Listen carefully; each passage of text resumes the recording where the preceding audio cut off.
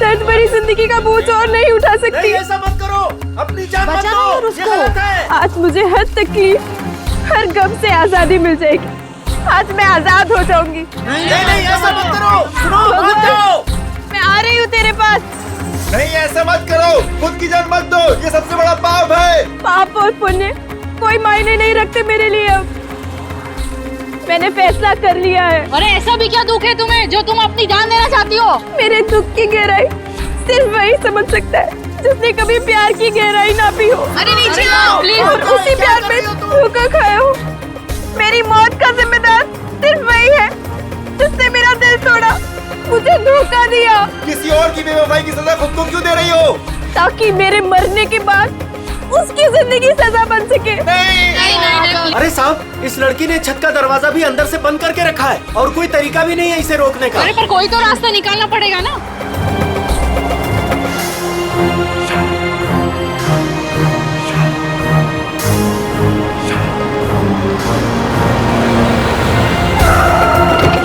CID वाले आ गए, शायद ये कुछ करें। साहब मैंने ही आपको फोन किया था, वो रही लड़की। अभिजीत। सर, एम्बुलेंस बस आ रही है।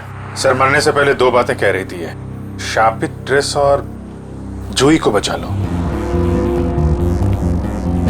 ये कौन है? होटल का मैनेजर कहाँ है? मैनेजर साहब 4 दिन से छुट्टी पर गए हुए हैं और आज हमारे होटल में एक बहुत बड़ी शादी है, तो सारे लोग उसी में लगे हुए हैं। अच्छा, क्या आप में से कोई इस बेचारी को जानता है? सर मैंने कोई विज्ञापनों में देखा है इसे।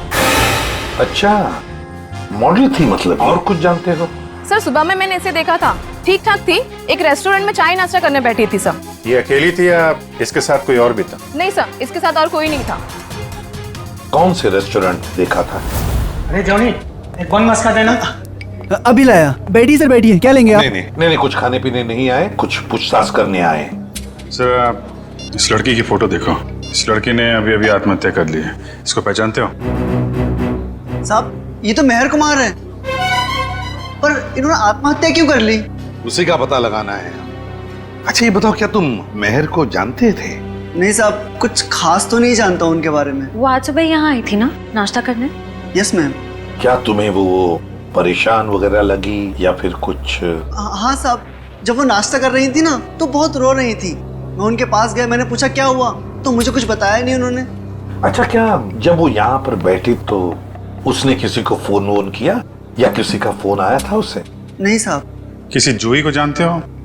मेयर के साथ यहाँ पे आती थी। नहीं साहब। नहीं। अरे जरा अपने दिमाग पर जोर डालो, याद करने की कोशिश करो, देखो कुछ याद आता है क्या? हाँ साहब, जब आज वो आई थी तो बहुत ज्यादा मेकअप किया हुआ था और उन्होंने कपड़े भी कुछ अतरंगी, कुछ फिल्मी टाइप कपड़े पहन रखे थे। किसी शूट में जा रही होगी वो। हाँ ठीक है, जाओ। Thank you sir. अभिषेक, पता तो लगा सकते हैं मेहर के बारे में किसी कास्टिंग एजेंसी या मॉडल कोऑर्डिनेटर से? सर, एक जान पहचान वाला है तो सही। हेलो विक्रांत। हाँ, अभिजीत बोल रहा हूँ यार। अच्छा, एक मॉडल है मेहर कुमार, उनके बारे में कुछ बता सकते हो? नहीं, फिल्म नहीं बना रहा हूँ, एक केस के सिलसिले में ही पूछ रहा हूँ। समीर। अच्छा। Okay, thank you very much. Sir, ये समीर नाम का एक फैशन डिजाइनर है, उसके यहाँ पे ये शो स्टॉपर है। आज ही वो फैशन शो होने वाला है। ऐसे क्या हुआ होगा जो उसने ऐसी आत्महत्या की? सर हो सकता है कि मेहर की फैशन शो वालों के साथ कोई अनबन हो गई हो, या फिर उन्होंने मेहर की जगह किसी और को ले लिया हो। फैशन शो वालों से मिलना पड़ेगा, उन्हीं से पता चलेगा क्या हुआ था। प्यारे दर्शकों, उम्मीद करता हूँ आप इस फैशन शो का आनंद ले रहे हो, आपको बहुत मजा आ रहा है। लेकिन अब वो घड़ी आ चुकी है जिसका आप सभी को बेसब्री से इंतजार है। अब आपके सामने आ रही हैं हमारे शो की शो स्टॉपर्स। तो तालियों की गड़गड़ाहट से स्वागत कीजिए हमारी शो की पहली शो स्टॉपर, जिनका नाम है लिजा और जिनका आंख से खेलना बाएं हाथ का खेल है। तालियों से स्वागत कीजिए प्लीज। आपकी चिंगारियों का जादू तो आप सभी लोगों ने देख ही लिया। अब आग और जहर की इस गर्मी को ठंडक पहुंचाने के लिए आपसे रूबरू करा रहे हैं पानी को, पानी जिसे जीवन और सृष्टि की नींव मानी जाती है। फैशन शो का वेन्यू कितनी दूर है अभी? सर तकरीबन 2 किलोमीटर दूर है, आगे सिग्नल से राइट। दोस्तों अब वक्त है हमारी शो की आखिरी शो स्टॉपर का, जिसका नाम है जूही, जो मुंबई में आपको हिल स्टेशन की ठंडी ठंडी वादियों का एहसास करा देगा। तो स्वागत कीजिए हमारी तीसरी शो स्टॉपर जूही का।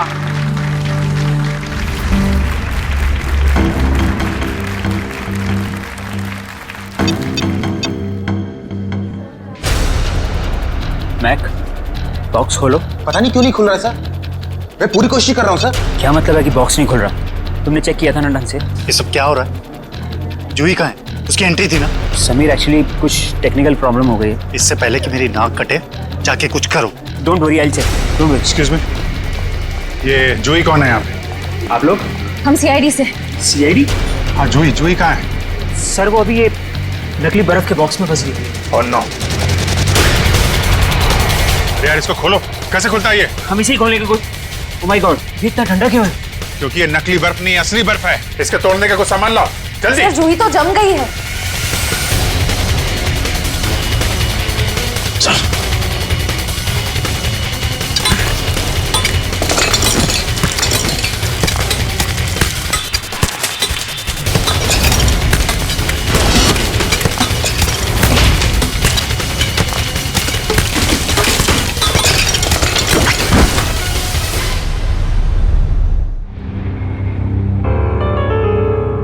जूही? सर इसकी नब्ज नहीं चल रही, ये मर चुकी है। माय गॉड, मेरे फैशन शो में मौत। किसकी लापरवाही है? लापरवाही नहीं है, ये मर्डर है, मर्डर। खून हुआ है जूही का।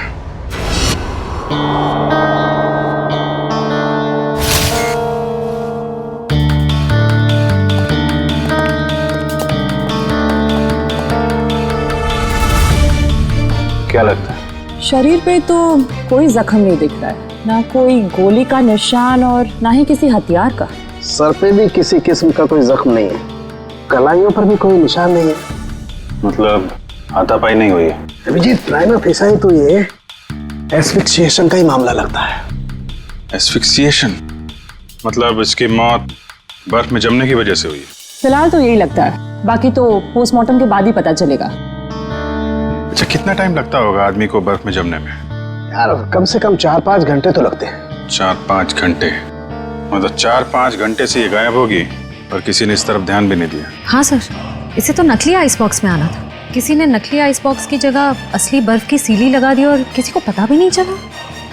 वही तो। सर सच कह रहा हूँ मैं, वो नकली एक्रेलिक बॉक्स आज सुबह ही आया था, मैंने खुद देखा उसे। और ये नकली आइस बॉक्स असली बर्फ में बदल गया। किसी ने कोई जादू वादू कर दिया था क्या उस पे? इसके बारे में तो विनीता से ही पूछना पड़ेगा। उसकी जिम्मेवारी थी कि वो जूही को उस बॉक्स में डाले। विनीता कहाँ है? बुलाओ जरा उसे। जी मैं भी बुला के लाता हूँ। मिस्टर समीर, ये शापित ड्रेस का क्या चक्कर है? कई साल पहले मधुमिता नाम की एक मॉडल ने वो खूबसूरत ड्रेस पहना, लेकिन अफसोस एक फैशन शूट के चलते उसकी मौत हो गई। तब से मीडिया वालों ने इसको शापित ड्रेस का नाम दे दिया। आपका शो मेहर करने वाली थी ना? Yes sir. फिर अचानक शो से हटने की वजह? मेहर हमारी शो स्टॉपर थी, उसने भी सेम शापित ड्रेस पहनना था जो जूही ने पहना, लेकिन पता नहीं क्या अजीब हुआ और उसने खुद अपनी मर्जी से ये शो छोड़ दिया। क्या ऐसा क्या अजीब? आज सुबह। Hello girls.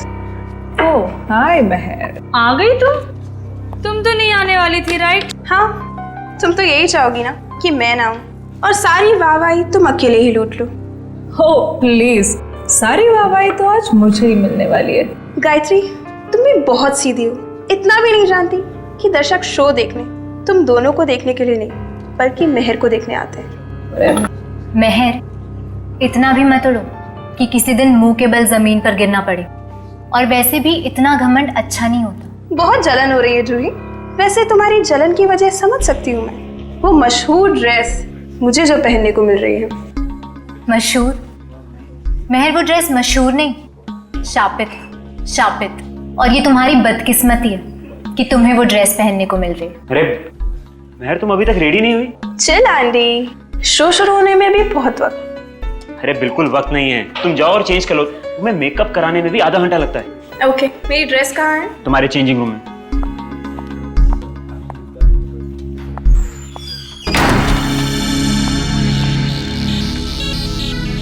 अरे ड्रेस तो यहाँ है ही नहीं। कहीं जूही ने चुरा तो नहीं ली? अरे ये तो महर की आवाज है। क्या हुआ महर? क्या हुआ महर? चीखें क्यों? मेरे चेंजिंग रूम में कोई है। अरे कोई फैन घुस आया होगा। कोई फैन नहीं, हाँ, एक औरत लटक रही है। औरत? मैं देखता हूँ।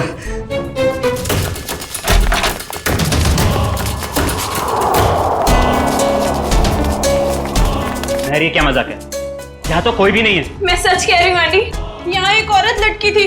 यहाँ कोई औरत नहीं है महर, ये तुम्हारा ड्रेस है। पर सच में यहाँ एक औरत थी। अगर यहाँ कुछ देर पहले औरत थी तो इतनी जल्दी कहाँ गई? महर ये सब तुम्हारे दिमाग का एक वहम है और कुछ नहीं। लगता है शापी ड्रेस ने तुम्हें इस कदर डरा दिया है कि तुम्हें हर जगह पे यही सब दिखने लगा है। तुम जानती हो लीसा, मैं इन सब अंधविश्वासों में नहीं मानती, पर सच में यहाँ एक औरत थी। यहाँ कोई औरत नहीं है महर, ये अपना ड्रामा करना ना बंद कर दो। तुम बस यही चाहती हो ना कि सारा टेंशन तुम्हें मिल जाए और हर कोई तुम्हारे आगे पीछे घूमे। प्लीज अपना ड्रामा बंद कर दो। क्या कहा तूने? ड्रामा कर रही हूँ मैं? ड्रामा कर रही हूँ? हटो! क्या शोर लगा रखा है? समीर वो क्या वो? मैंने सब सुना है। प्लीज, शो शुरू होने में कुछ ही वक्त है। प्लीज ये बच्चों की तरह लड़ना झगड़ना बंद करो। अगर कुछ नहीं, जो कहना है वो शो के बाद कहना। एंड प्लीज तुम सब भी अपना अपना काम करो। चलो यार, चलो। ये मेहर को कोई मानसिक बीमारी थी क्या? नहीं सर, ऐसा बिल्कुल नहीं था। मैं पिछले 5 सालों से उसके साथ काम कर रहा था। उसने पहले कभी ऐसा बर्ताव नहीं किया सर। अच्छा, फिर क्या हुआ? मेहर की जगह जूही ने कैसे ली? आज सुबह जब हम उसके मेकअप रूम में गए तो। सॉरी समीर, मैं ये ड्रेस नहीं पहन सकती। ड्रेस नहीं पहन सकती? क्या कह रही हो? ये ड्रेस वाकई में शापित हुई तो? कैसी बातें कर रही हो तुम? थोड़ी देर पहले तो तुमने कहा था कि तुम इन सब बातों में विश्वास नहीं रखती, तो अब क्या हुआ तुम्हें? अब तक नहीं मानती थी, पर अब लगने लगा है। जरूरी नहीं ये सारी बातें दकियानुसी हो, इनमें कुछ तो सच्चाई हो सकती है। महर, शो की सारी तैयारियां हो चुकी हैं। अपना नाटक बंद करो और जाके तैयार हो जाओ। तुम्हारे शो के चक्कर में मैं अपनी जिंदगी खतरे में नहीं डाल सकती। तुम भूल रही हो कि तुमने मेरे साथ कॉन्ट्रैक्ट साइन किया है। मैं तुम पे केस कर सकता हूँ। और कितनी अच्छी एक्टिंग करोगे समीर? तुम यही चाहते हो ना मैं तुम्हारे शो से हट जाऊं, तो ऐसे ही बोल देते। ये शापित ड्रेस के जरिए मुझसे पीछा छुड़ाने का अच्छा रास्ता ढूंढा तुमने। ये क्या कह रही हो तुम? भला मैं क्यों तुम्हें अपने शो से बाहर करूंगा? सब समझती हूँ मैं। आजकल वैसे भी तुम मुझसे सीधे मुंह बात नहीं करते हो। खैर, अगर तुम चाहते हो मैं ये शो करूं तो मुझे कोई दूसरी ड्रेस दे दो। शो की सारी तैयारियां हो चुकी हैं। आखिरी वक्त पे हम ड्रेस नहीं बदल सकते। या तो ड्रेस बदलेगी या फिर मॉडल। अब तुम सोच लो, तुम्हें मेहर चाहिए या फिर ये ड्रेस? तो ठीक है, ड्रेस नहीं बदलेगी, तुम सोच लो। ये तुम्हारा आखिरी फैसला है? मेरा हर फैसला आखिरी ही होता है। तो ठीक है, मुबारक हो तुम्हें ये सड़ी पुरानी शापित ड्रेस। ढूंढ लो कोई शो स्टॉपर। बेशक ढूंढ लूंगा। तुम ये भूल रही हो कि तुम्हें बनाने वाला मैं ही हूं। मैं किसी को भी शो स्टॉपर बना सकता हूं। जूही, तुम्हारे पास 5 मिनट है। इन 5 मिनटों में तुम मुझे वो ड्रेस पहन के तैयार दिखनी चाहिए। वाह समीर, जूही क्या चॉइस है तुम्हारी। जूही खुद उस शापित ड्रेस से डरती है, वो कभी ये ड्रेस नहीं पहनेगी। जूही, जो तुम्हें 5 मिनट दिए गए थे उसमें से 10 सेकंड गुजर चुके। तुम वो ड्रेस पहनोगे?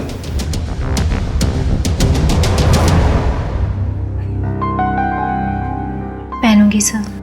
बेटा, मुझे ना कहने वाली मॉडल ज्यादा देर ऊंचाई पर नहीं रहती। आज से तुम्हारा बुरा वक्त शुरू। बुरा वक्त मेरा शुरू होगा या तुम्हारा, ये जल्दी पता चल जाएगा। और इस तरह जूही ने मेहर की जगह ले ली। सर इसका मतलब मेहर को अंदाजा हो गया था कि जूही की जान खतरे में है, इसलिए उसने मरते वक्त ये कहा कि जूही को बचा लो। ये आप क्या कह रही हैं? मेहर की मौत हो गई?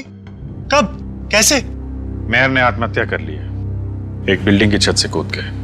और मरने से पहले उसने हमें बोला था कि जूही को बचा लो, लेकिन देर हो गई। सर ये है विनीता, इन्हीं की जिम्मेदारी थी जूही को बॉक्स में डालने की। तो बताइए विनीता जी, नकली आइस बॉक्स असली बर्फ में कैसे बदल गया? पता नहीं सर, जब मैंने वो बॉक्स चेक किया था तो वो नकली था, एक्रिलिक का। जरा वो जगह दिखाइए जहाँ पे आखिरी बार आपने चेक किया था बॉक्स को। सर यहीं पे सामने। यहाँ पे? जी सर, ये बॉक्स यही रखा गया था।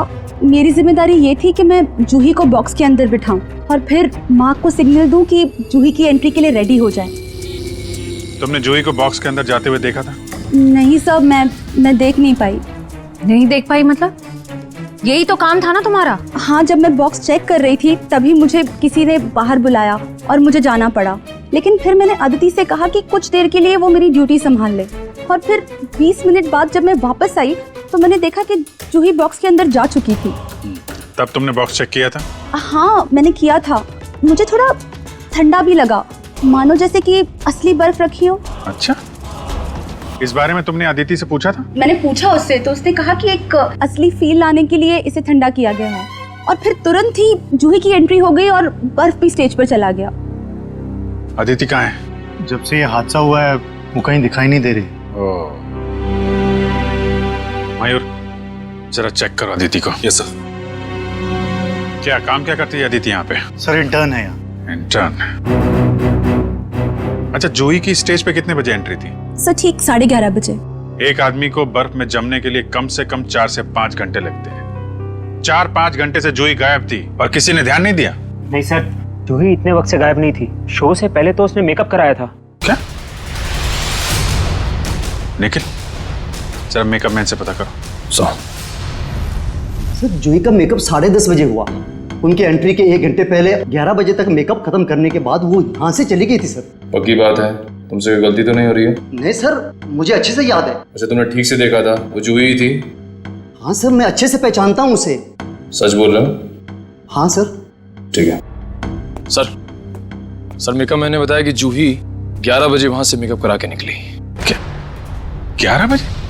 और 11:30 बजे वो आधे घंटे में कैसे बर्फ में जम गई वो?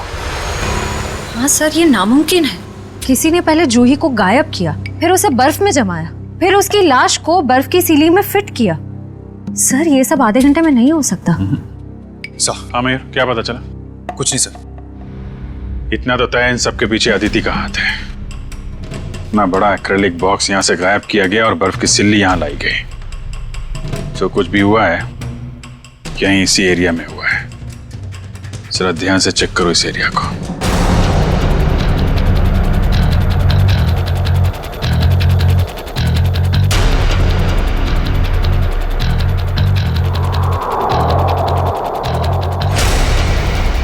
ये देखो यहाँ पे मिट्टी और पानी है, मतलब बर्फ यहाँ पे रखी गई थी। निशान इस तरफ से आ रहा है।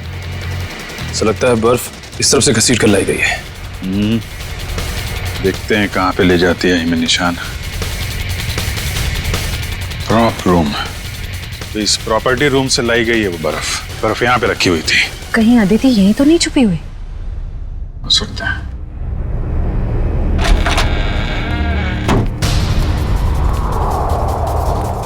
चेक करो कमरा।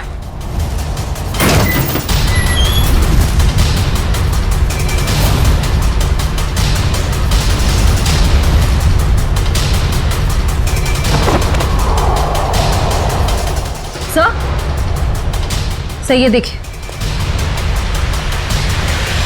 एक्रिलिक बॉक्स यहाँ पे। निखिल, जरा बुला के लाओ समीर एंडी को। अच्छी प्लानिंग की इस अदिति ने। बर्फ की सिल्ली यहां से स्टेज पे ले गई और नकली बॉक्स यहां पे रख दिया। सर ये लो। ये है वो नकली बॉक्स? हाँ सर, यही है वो बॉक्स। कितने दिन पहले रखा है आपने अदिति को काम पे? लगभग 1 हफ्ते से। और काम पे रखने से पहले उसका बैकग्राउंड वगैरह तो चेक नहीं किया होगा? मगर ये सारा किया धरा उस अकेले का नहीं है, कोई ना कोई और शामिल है इस सब में। कौन हो सकता है सर? कोई भी हो सकता है, आप भी हो सकते हैं, या आप। लेकिन जो कोई भी है बहुत जल्द पकड़ा जाएगा। ये दरवाजा कहाँ पे खुलता है? सर ये हमारा बैक डोर है। शायद बर्फ यहीं से लाई गई है। गार्ड है यहाँ पे? हाँ सर, गाड़ी यहीं बैठता है। कितने बजे से ड्यूटी पे हो यहाँ पे? सुबह 8 बजे से। फिर तो तुमने देखा होगा ना बर्फ की सिल्ली कौन लेके गया अंदर? नहीं, अंदर तो कोई बर्फ की सिल्ली नहीं गई साहब। अरे यार ठीक से याद करो, कोई कार या टेम्पो में सामान लेके गया हो? देखता हूँ साहब। हाँ साहब, 9:30 बजे एक ट्रक आई थी। हॉल का एसी खराब हो गया था, उसको रिपेयर करने आए थे। जाओ उस रिपेयर वाले का नंबर दो एसी का। हाँ साहब, 100-210-3280। Hello hello. Dream repair service. जी हाँ। आज सुबह आपने ट्रोली हॉल्स में किसी को एसी रिपेयर करने भेजा था। नहीं मैडम, एक कंप्लेन तो आया था, लेकिन 5 मिनट बाद उन्होंने खुद कॉल करके कैंसिल करवा दिया था। कहा एसी चलने लगा है तो भेजने की कोई जरूरत नहीं है। आप वो दूसरा नंबर हमें बता सकते हैं? नंबर नहीं दिख रहा था मैडम, वो प्राइवेट नंबर था। Okay, thank you. अच्छी तैयारी कर रखी थी इन तीतरों ने। आरटीओ से पता लगा उस ट्रक के बारे में, उसका मालिक कौन है? लगता है नंबर प्लेट भी नकली होगी, लेकिन चेक करो, देखो कुछ पता चलता है क्या। सर तो फिर हम उन लोगों तक पहुंचेंगे कैसे? उस बर्फ की सिल्ली से। वो बर्फ की सिल्ली 6.5 फीट लंबी और काफी चौड़ी थी। ऐसी सिल्ली तो हर जगह मिलती नहीं है। पता लगा इस इलाके में कितनी बर्फ की फैक्ट्रियां हैं। सर इस इलाके की आखिरी बर्फ की फैक्ट्री है। देखते हैं क्या पता चलता है। सर आप लोग बर्फ खरीदने आए? नहीं, क्या हुआ, तुम्हें ये चोट कैसे लगी? सर वो कल रात को। आप कौन हो? सीआईडी। अच्छा हुआ आप लोग आ गए। कल रात हमारी फैक्ट्री में ही चोरी हुई थी। चोरी? कैसी चोरी? आप सुनेंगी तो आपको यकीन नहीं होगा मैडम जी। अब तक तो चोर रुपया, पैसा, जेवर की चोरी करते थे, और नहीं तो मोबाइल, टीवी, रेडियो चुराते थे, परंतु अब तो हद हो गई है। वो हमारी दुकान से बर्फ चुरा कर ले गए। बर्फ की चोरी? मैंने रोकने की बहुत कोशिश की सर, उन पापियों ने मेरा शरीर फोड़ दिया। कुल मिला के कितने पापी थे, मतलब कितने लोग थे वो? सर 2 आदमी 1 औरत। उनके चेहरे देखे थे तुमने? नहीं सर, उनका चेहरा ढका हुआ था। कितने बजे हुआ ये हादसा? यही कोई कल रात 11 बजे। कल रात 11 बजे? सर जूही का खून तो आज सुबह 11 बजे हुआ। अच्छा, जो बर्फ चुराई थी वो कितनी बड़ी थी? यही कोई 6.5 फीट। 6.5। इसका मतलब यहाँ से ले जाई गई होगी किसी ट्रक या टेम्पो में, और शायद कोल्ड स्टोरेज वाले टेम्पो में, जिसमें बर्फ की सीढ़ी लग के यहाँ से फैशन शो तक पहुँचाया जाए और बर्फ पिघले भी नहीं। निखिल, पता करो किसी कोल्ड स्टोरेज का ट्रक चोरी होने की रिपोर्ट लिखवाई गई है क्या, या ऐसा कोई ट्रक किराए पे लिया गया हो? सर। हाँ निखिल, उस आइस ट्रक के बारे में क्या पता चला? सर कोल्ड स्टोरेज की सभी कंपनी से मैंने पता किया, लेकिन उस ट्रक के बारे में कुछ पता नहीं चला। एक काम करो निखिल, आइस फैक्ट्रीज के आसपास जितने भी लोग रहते हैं, दुकानें हैं, सब में जाके पूछताछ करो। देखो शायद किसी ने कुछ देखा हो। सर ये केस तो दलदल की तरह धंसता जा रहा है। पहले मेहर ने खुदकुशी की और जूही का नाम ले लिया, फिर जूही का भी खून हो गया, और वो भी इतनी अजीब तरीके से। बर्फ की सिल्ली के अंदर जमा दिया उसको। वही तो समझ में नहीं आ रहा है अभिजीत, बर्फ की सिल्ली में ही क्यों? अगर उसे मारना ही था तो उसके पास और भी तरीके थे उसे मारने के लिए, लेकिन बर्फ के सिल्ली में ही क्यों? खूनी ने बहुत जोखिम उठाया सर। ट्रक किराए पर ली, बर्फ की सिल्ली को किसी तरीके से फैशन शो में पहुंचाया है, और जूही की लाश को नकली बर्फ की सिल्ली की जगह असली बर्फ की सिल्ली में डाल के स्टेज में भेज दिया। और फिर कौन हो सकता है इतनी सोच समझ के करने वाला खूनी? फिर जूही को ही क्यों मारा उसने? अभिजीत, कोई ना कोई वजह तो जरूर है, इसके पीछे कोई ना कोई तो राज है। सर? हाँ? सर मैंने जूही का बैकग्राउंड अच्छे से चेक किया, एक बहुत ही खास बात सामने आई है। क्या? समीर के फैशन शो में एक मॉडल होने के साथ साथ जूही समीर की गर्लफ्रेंड भी थी। ओह। सर समीर और जूही एक दूसरे से बहुत प्यार करते थे। इनफैक्ट समीर जूही को शादी के लिए प्रपोज भी करने वाला था। बड़ी अजीब बात है, और समीर ने इस बात की भनक तक नहीं आने दी हमको। सर कहीं सारी साजिश में समीर तो नहीं शामिल है? इस समीर का बैकग्राउंड चेक करो। सर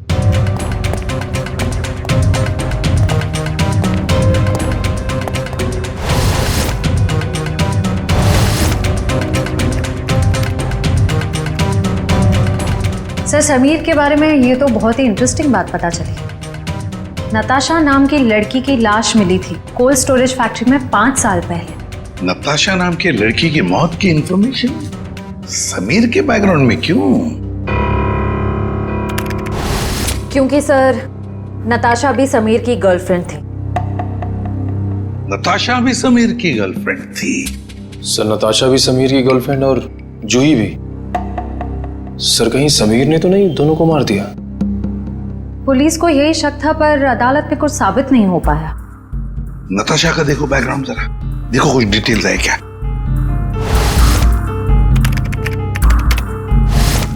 सर नताशा भी जूही की तरह एक सुपर मॉडल बनना चाहती थी, पर इससे पहले कि उसके सपने पूरे हो सके उसकी मौत हो गई।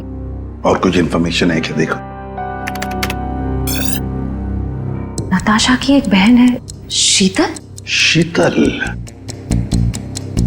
अभिजीत, ये शीतल भी तो डिजाइनर थी समीर के उस फैशन शो में जहां पर जूही का कत्ल हुआ। यस शीतल। सर पिछले आधे घंटे से मुझे यहाँ अकेले क्यों बिठा के रखा है और बाकी लोग कहाँ हैं? शीतल, हमें आपसे कुछ इन्फॉर्मेशन चाहिए जूही के खून के बारे में। सर मैं इन्हें बता चुकी हूँ कि मैं उस बारे में कुछ भी नहीं जानती। अच्छा, आपने समीर की कंपनी कब ज्वाइन की? यही कुछ 2 महीने पहले। शीतल, आप खुद एक डिजाइनर है, समीर के साथ एज एन असिस्टेंट काम करने का क्यों सोचा आपने? ये कैसा सवाल है? यहाँ मुझे बड़े बड़े डिजाइनर के साथ काम करने का मौका मिला है, मेरी सैलरी भी अच्छी है और मेरे काम की तारीफ भी होती है, और कोई भी लड़की समीर के साथ क्यों नहीं काम करेगी? लेकिन हर किसी डिजाइनर की बहन का नाम नताशा नहीं होता। वही नताशा जो समीर की गर्लफ्रेंड थी और जिसका खून हो गया। आप कहना क्या चाहते हैं? आपने समीर के साथ काम करने का इसलिए सोचा क्योंकि आपको उस पर शक था। आपको लगता था कि आपकी बहन नताशा को उसी ने मारा है। ये झूठ है। और फिर जब आपको पता चला कि समीर जूही से प्यार करता है, उसे शादी करना चाहता है, आपने जूही को ही मार दिया। मैं कभी समीर को अपनी बहन की मौत का जिम्मेदार नहीं मानती हूँ। वो उसे बहुत प्यार करता था, और दुनिया चाहे कुछ भी बोले, मैं जानती हूँ समीर निर्दोष है। कल रात 10 बजे आप कहाँ थे? समीर के ऑफिस में फैशन शो की तैयारी कर रही थी। और कौन कौन है आपके परिवार में? मैं, मेरी मम्मी और मेरा भाई अर्जुन। अर्जुन? कहाँ है ये अर्जुन? पता नहीं सर, अब वो हमारे साथ नहीं रहता। उसका मम्मी के साथ झगड़ा हो गया था। और किस बात को लेके हुआ था ये झगड़ा? क्योंकि अर्जुन को लगता था कि नताशा के खून में समीर का हाथ है, पर मैं और मम्मी ऐसा नहीं मानते। सर, जरूर ये सारी प्लानिंग उस अर्जुन की ही होगी। कैसे हो दोस्तों? क्या बात है सालुंके साहब, चेहरे की हंसी चाल ढाल बता रहे हैं कि कोई बड़ा तीर मारा है आपने आज। कैसा है मेरे मित्र? हाँ, वरना इनको इतने अच्छे मूड में कभी कभी देखने मिलता है। बात यह है दोस्त के एक बहुत अच्छी खबर हाथ लगी है। अच्छा, क्या है वो खबर? वो ये कि जूही जो बर्फ में जम के मरी थी, पता लग गया कि आधा घंटे में वो कैसे मरी थी। कैसे? क्या हुआ था? हुआ यूं कि जूही एक्सपीजिएशन से मरी ही नहीं। क्या मतलब सालुंके साहब, जूही की मौत बर्फ में जमने से नहीं हुई है? नहीं। तो फिर कैसे हुई है? जहर से हुई है। क्या? जहर से? हाँ, ये देखो, नीडियोजोमाटा नाम का जहर है ये, जो शरीर में जाता है सारी मसल्स को लकवा हो जाता है, हार्ट अटैक हो जाता है और 15 मिनट के अंदर मौत। मतलब जब जूही को उस बर्फ के सिले में लिटाया गया था, उसकी मौत उससे पहले हो गई थी? बिल्कुल। डॉक्टर साहब, ये जो जहर है नीडियोजोमाटा, वो कितनी देर में असर करता है? ज्यादा से ज्यादा 15 मिनट। ओह, मतलब स्टेज पे जाने से थोड़ी देर पहले उसे जहर दिया गया था। लेकिन सर, अगर खूनी जूही को फ्रीज करके मारना चाहता था, फिर वो उसे जहर क्यों देगा? कहीं 2 लोग तो शामिल नहीं है इस खून में? आप जी, एक ने जूही को बर्फ में रखा, पर दूसरे ने उसे जहर दे दिया। यार तुम जरा अर्जुन का पता लगाओ, तब तक हम लोग इस वैन्यू को दोबारा छान मारते हैं। वो जहर नीडियोजोमाटा 15 मिनट में असर करता है डॉक्टर साहब। तो मरने से पहले वो तो मेकअप रूम में थी। मतलब जहर उसे मेकअप रूम में ही दिया गया होगा। तो देखते हैं फिर इस मेकअप रूम में कहाँ जहर है। लेकिन खोल करके स्प्रे दो, ऊपर ही पर रखा है।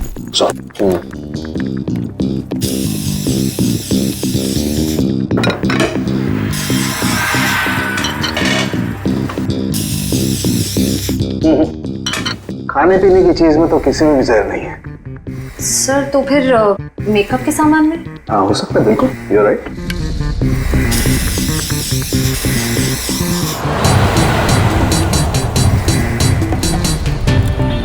कहाँ है? सर, आगे आसपास ही है सर। हेलो?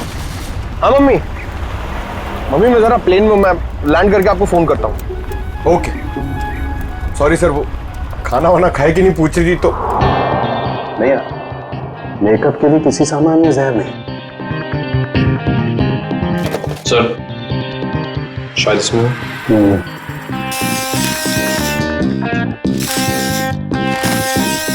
नहीं, डस्टबिन में भी नहीं है। जरा उस मेकअप मैन को बुला के ला। अर्जुन का मोबाइल आ गई है सर। कितनी दूर है? 30 मीटर दूर सर। 30 मीटर?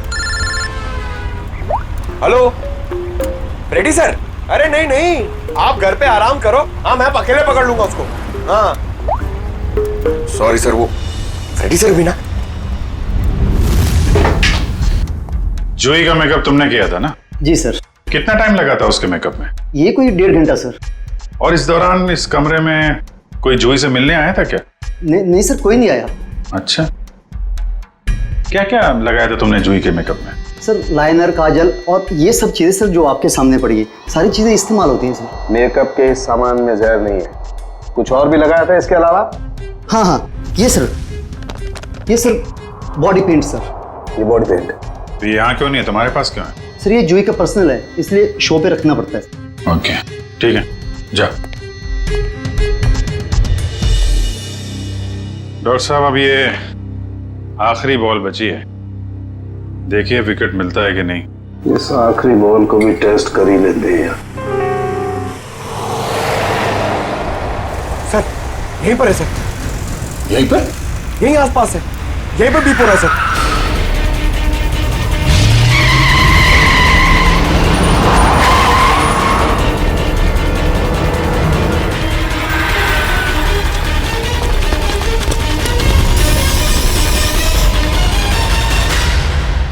तुम्हारी आखिरी बॉल ने कमाल कर दिया। ये देखो सर, विकेट तो मिल गया। जहर इस पेंट में है। ये तो जूही का पर्सनल पेंट है, फिर इसमें जहर किसने मिलाया होगा? और उस खूनी तक हम पहुंचेंगे कैसे? उस खूनी तक उसका वही हथियार पहुंचाएगा जिसका इस्तेमाल उसने जूही की जान लेने के लिए किया है, ये पेंट।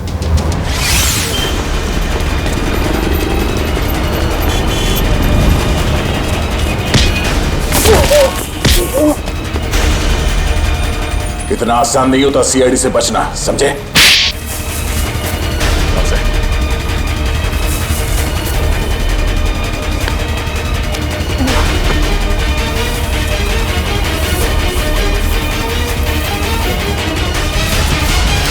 बोल। जिस पर नताशा की अर्थी उठी उसी दिन मैंने ये तय कर लिया, चाहे कुछ भी हो लेकिन एक न एक दिन मैं उसकी मौत का बदला जरूर लूंगा। मगर तुम तो समीर से बदला लेना चाहते थे ना, तो फिर जूही को क्यों मारा? क्योंकि जूही समीर की गर्लफ्रेंड थी। जैसे उसने मेरे से मेरे किसी अपने को छीना, मैंने भी उससे उसके किसी अपने को छीन लिया। इसलिए मैंने एक लंबा प्लान बनाया और सबसे पहले अपनी दोस्त अदिति को वहाँ काम करने भेजा, इंटर्न के रूप में। और शो स्टॉपर महर को भूत दिखाकर उसे डरा दिया। मुझे पता था कि महर मना कर देगी और समीर अपनी गर्लफ्रेंड जूही को शो स्टॉपर बना देगा। और आइस फैक्ट्री से बर्फ चुराकर तुम अपने प्लान के लिए तैयार थे। तुमने सोचा क्यों ना उसे भी ठीक उसी तरह से मारा जाए जैसे तुम्हारी बहन नताशा की मौत हुई थी। मैं मेंटेनेंस मैन बनकर वहाँ पहले से ही मौजूद था। जैसे ही जूही मेकअप रूम से बाहर निकली, मेरी दोस्त अदिति ने उसे अपनी बातों में फंसा लिया और उसे प्रॉम्प्ट रूम तक लेके आई जहाँ मैं पहले से ही मौजूद था। फिर मैंने उसे बेहोश कर दिया और उसे मेंटेनेंस गिफ्ट बैग में डालकर कोल्ड स्टोरेज ट्रक में ले आया जहाँ बर्फ की असली सिल्ली उसका इंतजार कर रही थी। और फिर तुमने जूही की लाश को बर्फ की सिल्ली में लेटा दिया। हाँ, मैं बर्फ की सिल्ली को पहले से ही खोखला कर दिया था ताकि उसमें जूही को आसानी से भर सकूं। और उसके बाद मैंने खाली जगह को ताजी ताजी बर्फ से भर डाला। और उसके बाद तुमने नकली आइस बॉक्स को वहां से गायब किया और उसकी जगह पे असली बर्फ की सिल्ली रख दी। मेहनत तो बहुत की थी तुमने अपनी बहन नताशा की मौत का बदला लेने के लिए, मगर तुम्हारी जानकारी के लिए मैं तुम्हें बता दूं कि जूही की मौत बर्फ में जमने से नहीं बल्कि जहर से हुई थी। जहर से। क्या? हाँ। लेकिन मैंने तुझे जहर नहीं दिया। तुमने नहीं, किसी और ने। बदकिस्मती से जूही का तुम्हारे अलावा कोई और भी दुश्मन था। एक साथ 2 लोग उसे मारना चाहते थे। इसका मतलब मुझे तो फांसी नहीं होगी ना सर? भले ही जूही की मौत तुम्हारे तरीके से नहीं हुई हो, मगर इससे तुम्हारा जुर्म कुछ कम नहीं हो जाता। अदालत तुम्हें कड़ी से कड़ी सजा देगी। रही बात उस दूसरे खूनी की, उसे हम बहुत जल्द दबोच लेंगे। आखिर बात क्या है सर? आपने इस तरह हम सबको यहाँ इकट्ठा क्यों कर रखा? बस यूं समझ लीजिए कि केस सॉल्व होने वाला है और खूनी सामने आने वाला है। सच? कौन है वो? इतनी भी जल्दी क्या है जानने की? सब्र रखो, सब्र का फल मीठा होता है। आप ये कैसी बातें कर रहे हैं? जूही हमारे परिवार का एक हिस्सा थी। आप प्लीज हमें बताइए कौन है जूही का खूनी? खूनी जो कोई भी है यही है। खूनी अगर यहीं पे है तो नाम भी बता दीजिए। नाम भी बता देंगे, उसके पहले हमें एक छोटा सा टेस्ट करना है। टेस्ट? ये जानते हैं ये क्या है? ये तो पेंट है। लेकिन ये कोई आम पेंट नहीं है समीर जी, जादुई पेंट है। जादुई पेंट? जी हाँ। फॉरेंसिक लैब में खास तौर पे बनाया गया ये पेंट आज आप सबको दिखा देगा रंगे हाथों पकड़ना किसे कहते हैं। लेकिन वो कैसे? वो ऐसे आंटी जी कि ये जो पेंट है हम आपके चेहरों पे थोड़ा थोड़ा लगाएंगे और जिसका भी चेहरा लाल हो जाएगा खूनी वही है। What nonsense! भला ये क्या तरीका हुआ खूनी को पकड़ने का? है एक तरीका। वैसे मैं आपको ये बता दूं कि सीआईडी के तरीके न कभी फेल हुए हैं और न कभी होंगे। चलो भाई खेल लो होली एडवांस में। मुझे नहीं लगाना ये पेंट वेंट, मेरी स्किन खराब हो जाएगी। मैडम पेंट तो आपको लगवाना पड़ेगा, तभी तो आपके आने वाले भविष्य का पता चलेगा।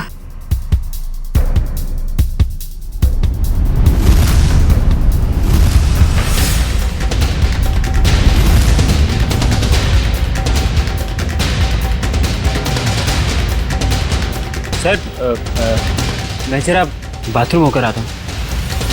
मिस्टर एंडी थोड़ा पेंट लगवा लीजिए, फिर बाथरूम में जाके मुंह भी धुल लीजिएगा। सर वो मैं सर लग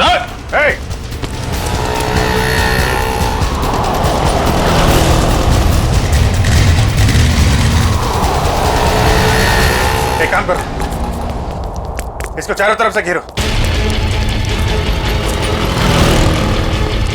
बच गया है, शायद इतिहास में ये पहली बार ही होगा कि कोई सीआईडी के शिकंजे से बच के निकल गया। सीआईडी के शिकंजे से आज तक तो कोई नहीं बच पाया है। कहाँ भाग रहा है इतना? पेंट लगवा के तो चेहरा लाल करवाया नहीं तुमने, चलो ऐसे ही कर देते हैं।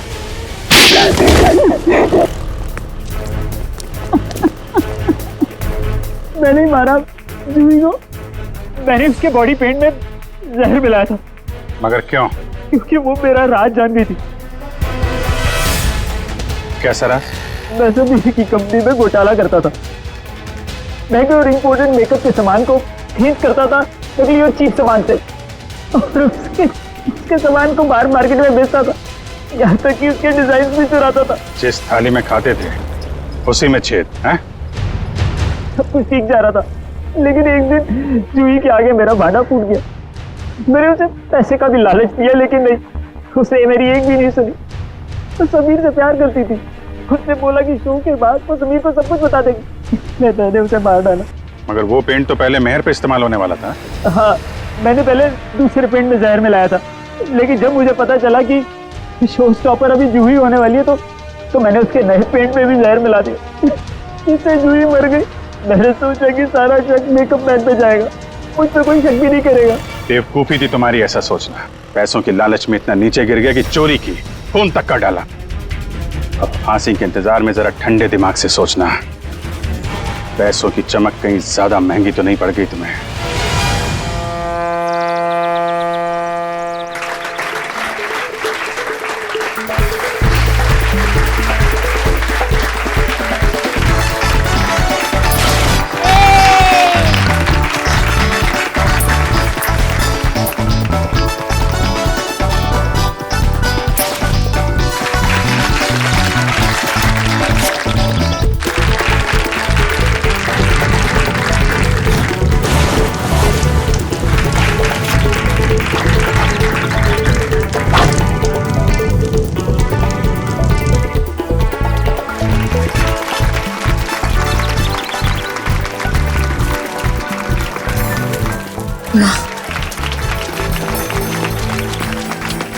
मम्मा। हाँ थैंक यू मम्मा, आपने इतने अच्छे मैजिशियंस बुलाए। ये सब मैंने आपके लिए तो किया है बेटा, आप जाओ अपने फ्रेंड्स के साथ एंजॉय करो, जाओ। नाइस पार्टी झिलमिल, तुम्हारी नौकरी जाने से बच गई। Thank you ma'am.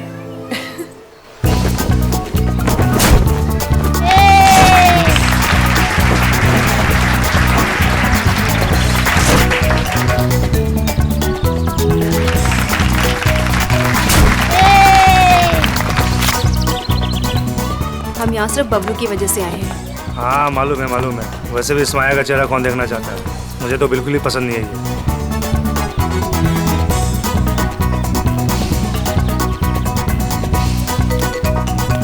Hi Pritam. Hello. हाय सोनिका। कैसी हैं आप? हेलो। हाय, मैजिक शो देखना मम्मी प्लीज। अच्छा ठीक है, मैं इसे मैजिक शो दिखा कर लाती हूँ। Well done. वैसे तुम्हारे इस नए कॉन्ट्रैक्ट में मेरे लिए हिस्सा तो जरूर होना चाहिए। तुम्हारा दिमाग खराब हो गया है क्या? दिमाग नहीं, जुबान खराब हो गई है मेरी। अगर मैंने अपनी जुबान खोल दी ना, बहुत प्रॉब्लम होगा तुम्हारे लिए। यू माँ, अगर इसने मेरी पार्टी खराब की ना तो मैं इसे बाहर फेंकवा दूंगी। माया बेटा, तू कुछ भी मत बोलो अभी। क्या आप लोग जादू देखना चाहेंगे?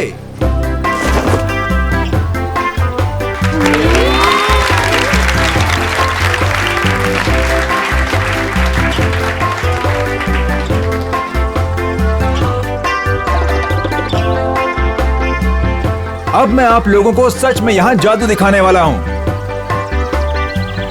आज यहाँ पे जादूगर सिमसिम आप में से किसी एक को आसमान की सैर कराएगा। क्यों? प्लेन में बैठाओगे क्या? नहीं सर, आप देखिए तो सही जादूगर क्या करेगा यहाँ। कौन है आप में से वो जिसमें है जिगर आसमान में उड़ने का? सबको बेवकूफ बना सकते हो लेकिन मुझे नहीं। दिखाओ क्या दिखाते हो। प्रीतम सुनिए तो सही। अरे कुछ नहीं होगा। हाँ भाई जादूगर साहब, प्लीज प्लीज कम। या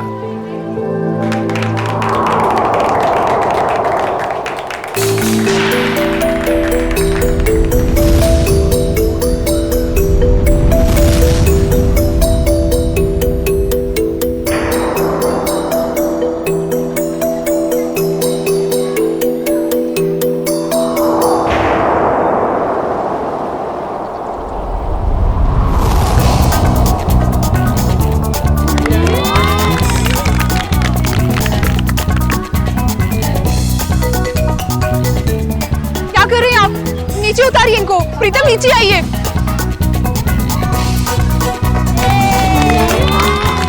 प्रीतम नीचे आइए, ये क्या कर रहे हैं आप? नीचे उतरिए।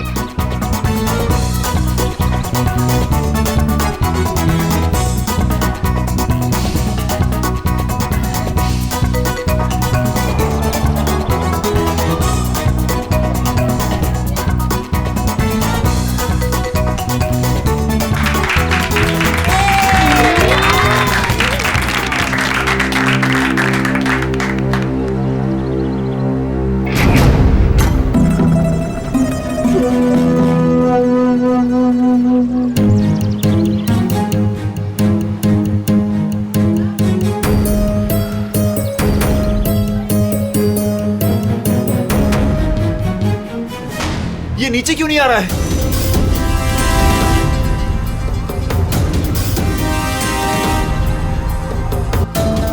अरे ये किधर जा रहा है? अरे ये क्या हो गया प्रीतम?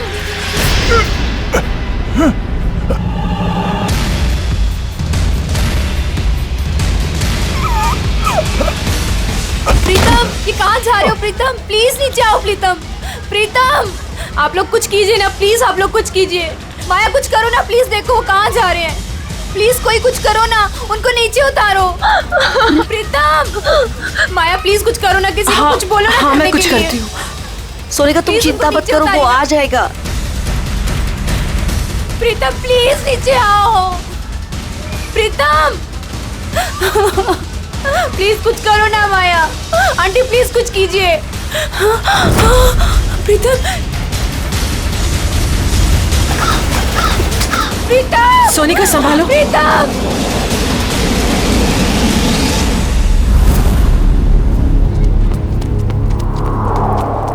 आजा आजा सोनिका, यहाँ ढूंढते। चलो चलो देखते तो है, चलो ऊपर चढ़ के देखते। नहीं दे रहे हैं। कहाँ गया प्रीतम? प्रीतम अरे बार कोशिश करनी चाहिए ढूंढने में। अगर फिर भी कुछ सुराग नहीं मिलता है तो हमें सीआईडी को बुलाना होगा। हाँ सोनिका। हेलो हेलो, प्रीतम कहाँ है? चिंटू मैं पापा वापस घर आ जाएंगे ना? जादूगर अंकल तो चले गए। हाँ तू रो मत, प्रीतम अंकल आ जाएंगे। रात को वापस घर आ जाएगा। फिलहाल तुम उन सबसे कह दो कि सब लोग अपने अपने घर चले जाए। प्रीतम आ जाएगा वरना। मगर आप लोग हो कौन? अब प्रीतम कहाँ है? हेलो हेलो, कोई बोलता क्यों नहीं? हेलो है सोनिका? कोई नहीं, वो प्रीतम घर चले गए हैं। हम लोग बस घर चले जाएंगे। पापा घर आ गए? हाँ बेटा, पापा घर चले गए हैं। चलो बेटा। सोनिका मेरी बात तो सुनो। तुमने जहाँ कहा था मैं वहाँ आ गई। तुमने तो ये भी कहा था कि प्रीतम घर पर आ जाएगा, मगर प्रीतम घर पर भी नहीं आए। प्लीज भगवान के लिए अब ये तो बता दो प्रीतम कहाँ है।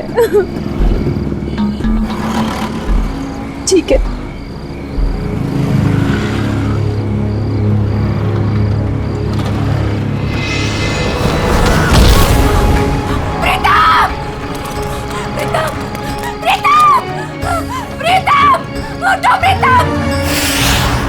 पंकज, इनमें से कोई भी 3 कार्ड उठाओ। मैं यूं चुटकी में बता दूंगा कि तुमने कौन से 3 कार्ड उठाए हैं। सर, ये कार्ड का मैजिक है ना, ये जाके अपने घर पे भाभी जी को दिखाओ, वो खुश हो जाएंगी। अरे नहीं, भाभी जी को नहीं बता सकता मैं। भाभी जी को घर में बहुत काम रहता है। अगर गुस्सा होगी ना तो बोरिया बिस्तर समेट के ब्यूरो आना पड़ेगा। अच्छा, तो आप इसीलिए ब्यूरो में टाइम पर आते हो, भाभी जी की डर की वजह से। यहाँ पे टाइम पे काम पे आना इस वजह से नहीं। अरे चुप कर। 3 कार्ड उठा। ऐसे भी सब देख लेंगे ना, जादू भूल जाओगे। कुछ बोला तुमने? नहीं। चलो मैं रेडी हूं। आबरा की डाबरा चिंग चुंग पंकज, तुमने राजा रानी और बादाम का इक्का उठाया है।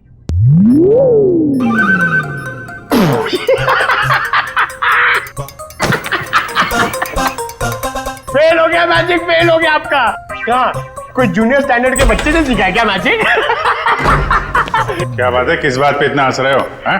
अरे सर, ये फ्रेडी सर ना मैजिक ट्रिक सिखा रहे थे सर, इनसे हुआ ही नहीं। पंकज यार, ये ट्रिक व्रिक बंद करो, समझे? कार्ड उठाओ, इसकी जेब में डाल दो। चलो निकलो।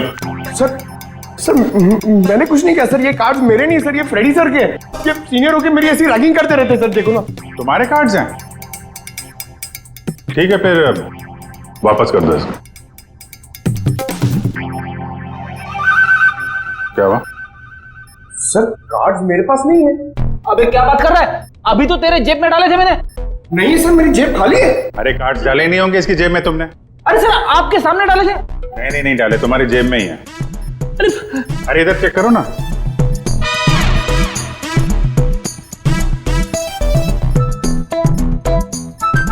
हाँ, इसे कहते हैं जादू। सर आप तो महान हो। ये तो कुछ भी नहीं है। एक्चुअली बचपन में मैं जब छोटा था तो ऐसे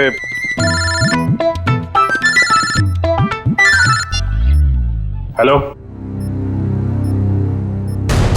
कौन हुआ?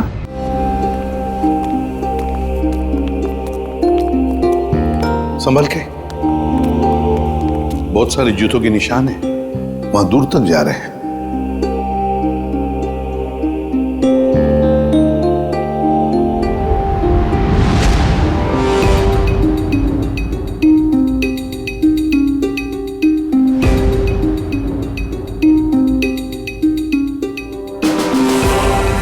माय गॉड, मैंने सर किस हथियार से काटा है इसे?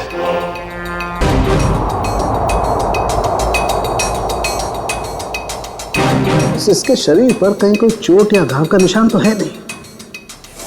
इत्मीनान से काटा गया है इसे। तो सर इसके पास कोई भी आइडेंटिटी प्रूफ भी नहीं। देखो सर, आसपास कुछ मिलता है क्या?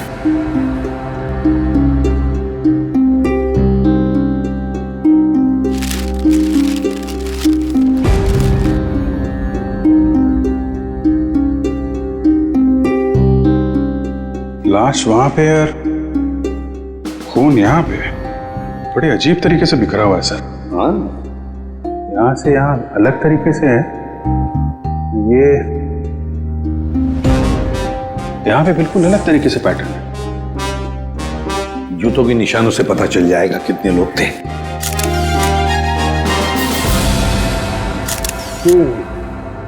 बस कुल 6 जोड़ी जूतों के निशान है यहाँ पर, 6 जोड़ी। उसमें से एक इस आदमी के जूते का निशान है जो मरा हुआ है। सर ये पेपर्स पे तेल लगा है। लगता है जो लोग यहाँ पर थे इसमें कुछ खाने का सामान लाए होंगे। और सर ये सारे पन्ने एक जैसे, किसी गणित किताब से फाड़े गए। और नाश्ता अगर है तो आसपास से ही मंगवाया होगा, पता लगाओ आसपास की दुकानों से। हैं?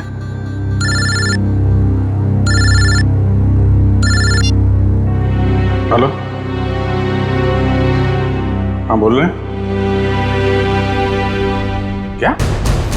सोनिका जी, आपका कहना है कि सिम नाम के एक अजनबी जादूगर ने प्रीतम को हवा में उड़ाया और वो हवा में उड़ता उड़ता घर से बाहर जाके गायब हो गया और फिर उसकी लाश ऊपर से आपके पैरों में आके गिरी।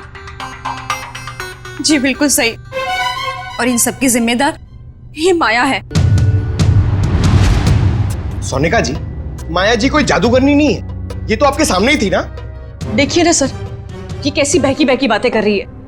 सोनिका जी, आपको ऐसा क्यों लगता है कि प्रीतम की इस हालत की जिम्मेदार माया जी हैं? सर, इनके और मेरे पति के बीच में काफी टाइम से तनाव चल रहा था और वो पार्टी भी तो इन्होंने ही रखी थी और वो जादूगर वो भी तो इन्होंने ही बुलाए थे। नहीं सर जी, जादूगर माया ने नहीं बुलवाए थे, वो तो झिलमिल ने बुलवाए थे। झिलमिल माया की मैनेजर। बताइए झिलमिल जी। सर, वो मैडम ने एक दिन पहले कहा कि पार्टी में अलग तरह की जादू की योजना होनी चाहिए, तो बस। तो वो जादूगर आपने बुलाए थे? नहीं सर, वो मैडम को पसंद आए ऐसे जादूगर मुझे मिल ही नहीं रहे थे।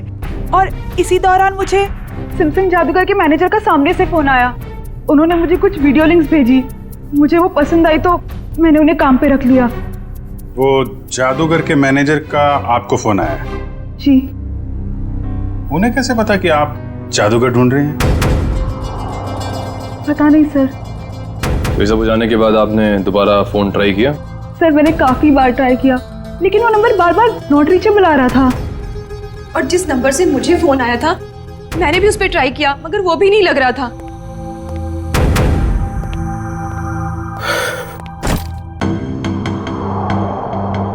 अच्छा माया जी, अब मैं चलता हूँ। ये क्या है? आप कौन है? ये मेरे ऑफिशियल गेस्ट हैं, मिस्टर आरव। सर, अब मैं जा सकता हूँ? आप कल रात पार्टी में थे? नहीं सर, मैं तो यहाँ किसी काम के सिलसिले से आया था।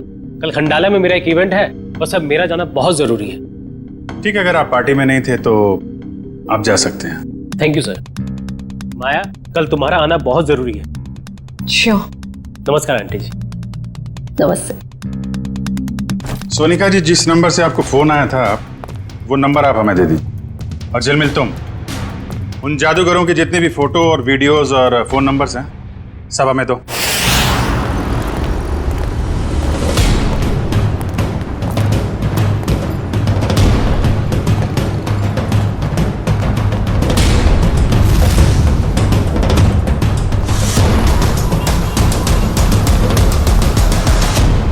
कहिए सर, कितने समोसे पैक कर दूं? अरे भाई, हम लोग समोसा खाने नहीं आए। ये समोसा जो पैकिंग करते समय पेपर का इस्तेमाल करते हैं आप, उसके बारे में कुछ पूछना था। जी, मैं को समझा नहीं। यहाँ से जो दूसरी गली है वहाँ पर एक बंद स्टोर हाउस में किसी का खून हो गया है। ये कागज हमें वहीं मिले। मुझे कुछ पता नहीं साहब। देखिए इसको ध्यान से, पहचानते हैं इसे आप? अरे बाबा, नहीं साहब, ये तो वो 9th स्टैंडर्ड की मैथ्स का पेपर है जो पिछले हफ्ते हम रद्दी में ले आए थे। बेटा, ये इन पेपर्स को तुम पहचानते हो? हाँ जी सर, मैं यहीं पढ़ता हूँ ना, और मेरा यही स्कूल है। ये मेरा बेटा है टमटम। मेरा असली नाम विनय है। तो एक बात तो साफ हो गई कि जिन लोगों के खिलाफ सबूत मिले हैं वो लोग तुम्हारे यहाँ से ही नाश्ता और खाना लेके जाते थे। और ऐसे काफी सारे कागज थे वहाँ पर। मतलब वो लोग यहाँ अक्सर आते थे? साहब, 2 लोग तो आते थे, 2-4 दिन से रोज नाश्ता लेके जाते थे। हाँ साहब, याद आया, लेकिन कल शाम से वो लोग नहीं आए। एक लड़का था और एक लड़की, और उस लड़की के चेहरे पे एक लंबा सा घाव का निशान था। वो दीदी मुझे तोहफे की जादू दिखाती थी।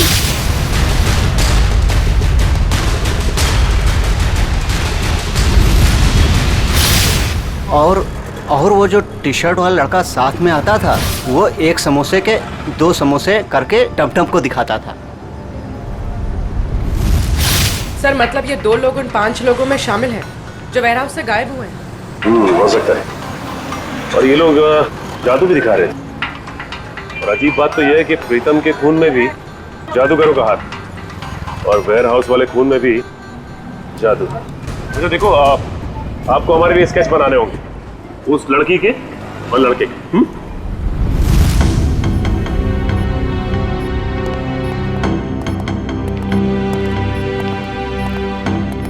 सालुंखिया, ये क्या हो रहा है?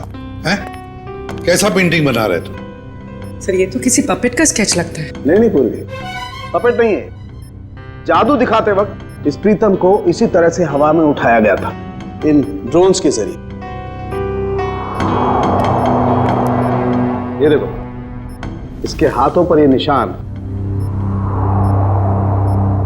और ये देखो इसके पैरों पर निशान। ये निशान वो इन्हीं ड्रोन्स के स्ट्रिंग्स के हैं, और ये ड्रोन्स भी बैटरी से चलने वाले ड्रोन्स हैं। सर ये क्या होता है?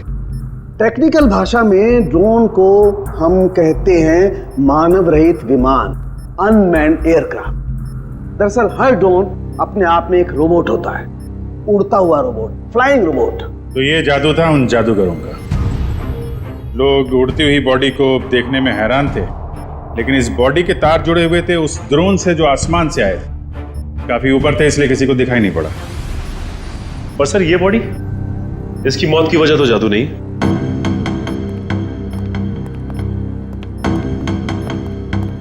इसे किसी दांतेदार हथियार से काटा गया है। पेट कट के अलग हो गया है, वो भी रीढ़ की हड्डी के 2 हिस्से करके। आइए मैं निशान दिखाती हूँ।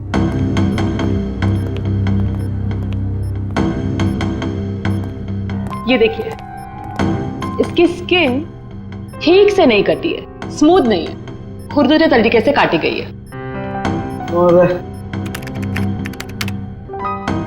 ये जरा गौर से देखो बॉस, इस आदमी की लाश के पास से जो हमें वहां खून दिखाई दिया था, शुरू में एकदम गोल गोल बूंदे जैसी हैं, और बाद में ये बूंदें फैलती चली जाती हैं जैसे किसी ने स्प्रे किया हो। और ऐसा सिर्फ एक औजार से हो सकता है। आरी। और सर ये आदमी एक जिम्नास्ट भी था, उसके हाथ पैर और जांघों के मसल्स में काफी खिंचाव मिला है। सर एक बात है, इस प्रीतम की जान एक जादूगर ने ली है, और इस आदमी के साथ जो वेयर हाउस में लोग थे वो भी जादूगर थे। हाँ, ये खून का सारा खेल जादूगरी से ही जुड़ा हुआ है। पर है कौन ये जादूगर? सर इन 5 मैजिशियंस के मेकअप की वजह से पता ही नहीं चल रहा है कि ये दोनों, ये औरत और ये आदमी, इनमें शामिल है या नहीं।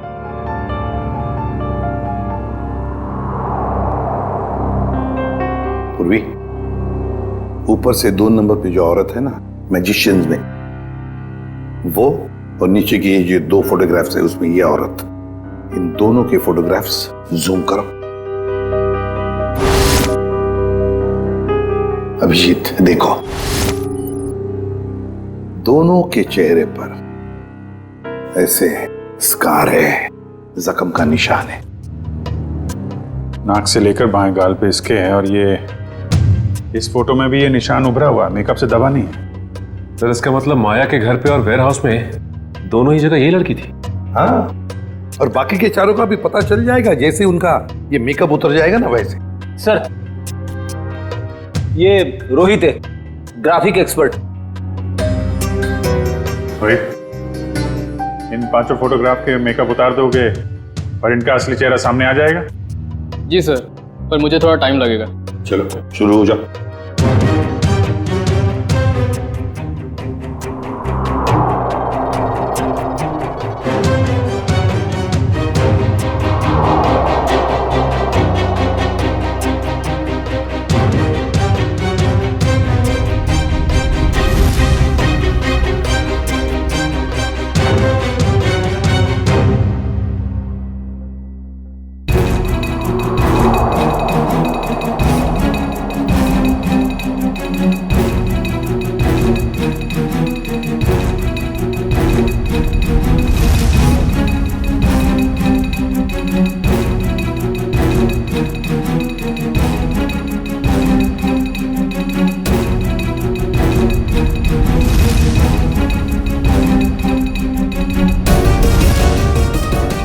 इसका मतलब है ये दोनों माया के पार्टी में थे, बाकी तीनों के साथ।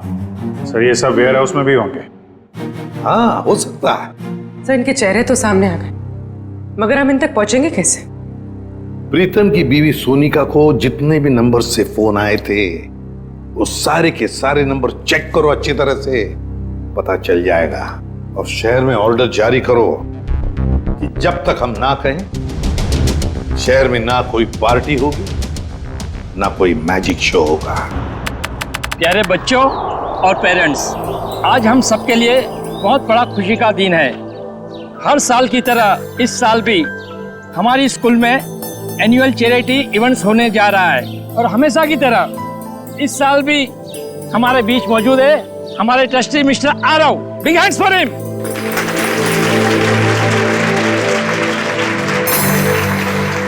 और बच्चों, आज की इवेंट शुरू करते हैं हम एक मैजिक शो के साथ।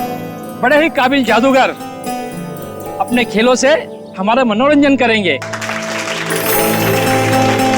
ये देखो मैजिशियन आ गए। बच्चों, अब मैजिशियन अपना शो दिखाएंगे। तालियां।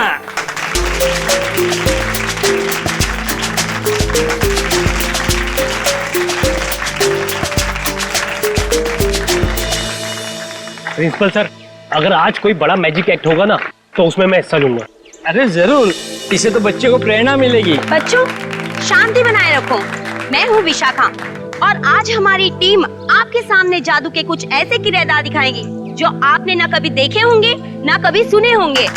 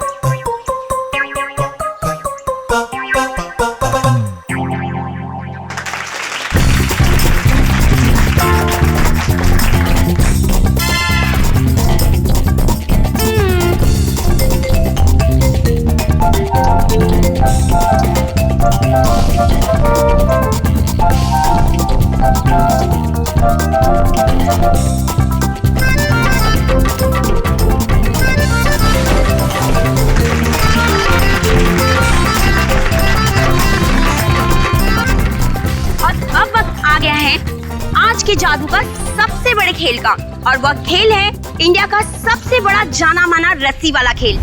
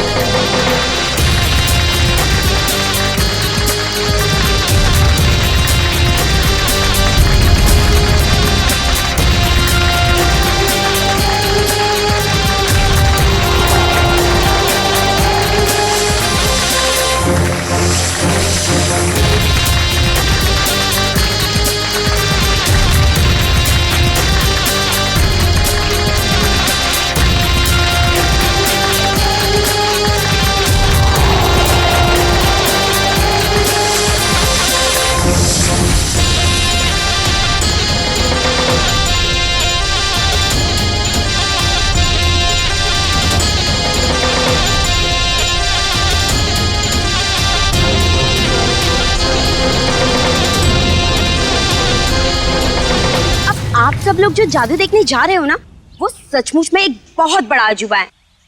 क्या इस खेल को आप में से कोई खेलना चाहेगा? आप? हाँ हाँ जरूर करूंगा।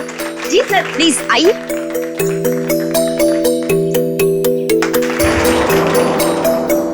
बच्चों, अब आप लोगों ने देखा ना कि मेरा पार्टनर ऊपर गया है और अब यह खिलाड़ी इस टोकरी के अंदर जाएगा और मेरा पार्टनर ऊपर बादलों में गुम हो जाएगा और उसके बाद यह खिलाड़ी ऊपर से नीचे आएगा और मेरा जादूगर इसमें से बाहर आएगा।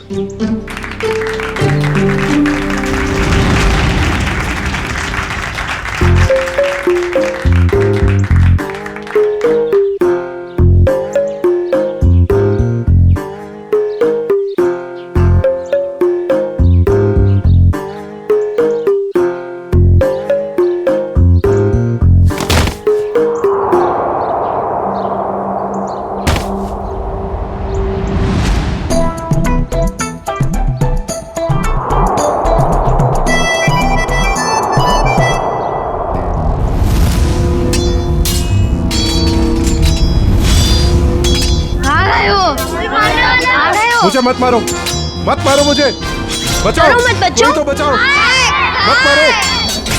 मत मारो मुझे, कोई तो बचाओ, कोई तो बचाओ मुझे। जादू की लड़ाई हो रही है।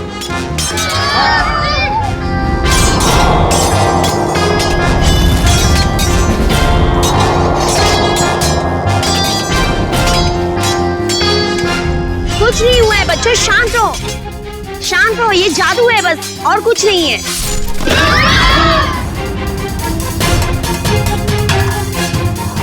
बच्चों, ये कुछ भी नहीं है। अब ये सारे पार्ट जुड़ जाएंगे और आपके आरव सर स्कूल के गेट पर आएंगे। वो देखिए, आपके आरव सर उस गेट पर आ गए हैं।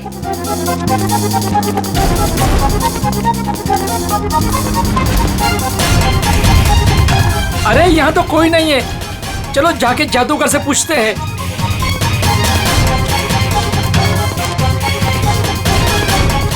अरे ये लोग सब कहाँ चले गए? ये सब क्या हो रहा है? अरे आरव सर को ये लोग ने गुम कर दिया। मेल और फीमेल मिलाकर 5 लोग हैं, रंगे पुते चेहरे में। हाँ, और उनके साथ वो जादू का सामान भी था। उन्होंने एक ऑरेंज सूट पहने आदमी को अगवा किया है, शायद उसे मार भी दिया हो। सारे शहर में नाकाबंदी करवा दो, किसी भी हाल में ये लोग खंडाला से बाहर नहीं निकलने चाहिए। Okay, out. सारे मुंबई में हमने इनके शोज पर पाबंदी लगा रखी थी, इनका बाहर निकलना मुश्किल कर दिया था, मगर इन लोगों ने यहाँ खंडाला में आकर अपने काम को अंजाम दिया। मिसेस माया, ये जो हादसा हुआ है ये आपके पहचान वाले लोगों के साथ हुआ है, पहले प्रीतम और अब ये आरव। या तो इस गुनाह में आप भी शामिल है या फिर आपकी जान को भी खतरा है। अब जरूर हमसे कुछ छुपा रही है। नहीं सर, ऐसी कोई बात नहीं है। मैं और प्रीतम तो बिजनेस पार्टनर थे। हम दोनों की एक एंटरटेनमेंट कंपनी थी, रेनबो मैजिक नाम की, जिसे हमने 2010 में आरव को बेच दिया था।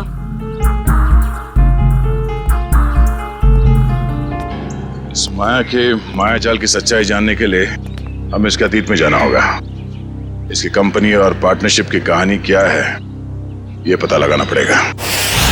क्या? तीसरा पार्टनर? तीसरा पार्टनर कौन है? ये माया ने तो इसके बारे में कुछ बताया नहीं था। पता नहीं सर, इस बारे में आप लोगों को क्यों नहीं बताया। रेनबो मैजिक कंपनी के 3 मालिक थे, प्रीतम, माया और ऋषभ। और सर सुनने में भी आया था कि ये ऋषभ जो है कई साल पहले कंपनी में घोटाला करके बहुत सारा पैसा लेके भाग गया था, जिसकी वजह से माया और प्रीतम को ये कंपनी बेचनी पड़ी।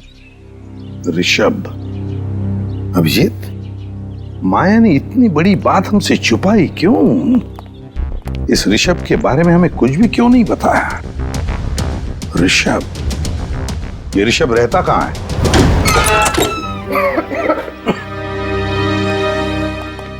वाकई घर को देख के लगता है कि काफी समय से बंद था। हाँ, काम करते हैं, घर का कोना कोना छान मारते हैं, एक एक इंच देखो अच्छी तरह से, शायद कोई छुपा हुआ सुराग मिल जाए। हैं? लग जाओ काम पे।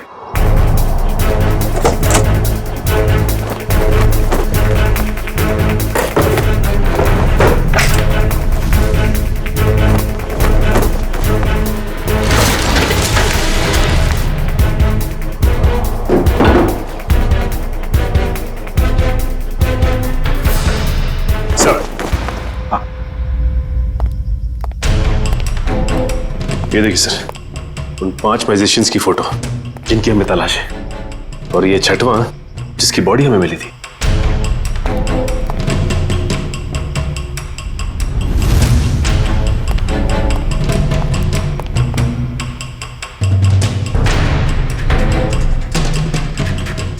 सर किसी वास का टुकड़ा मिला है।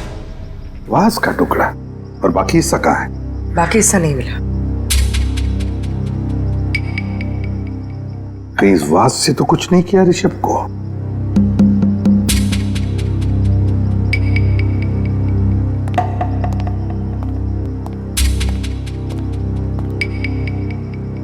अब तक तो हमने घर का एक एक हिस्सा छान मारा अंदर से। बाहर देखते हैं।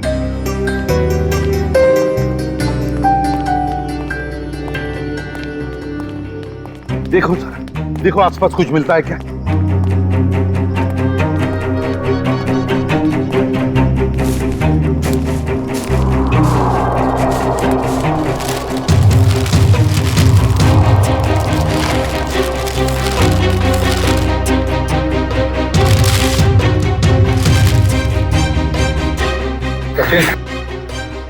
सचिन, ये मिट्टी देखो यहाँ पर। यहाँ पर कुछ तो गड़बड़ है, जरा इसे खोद के देखो।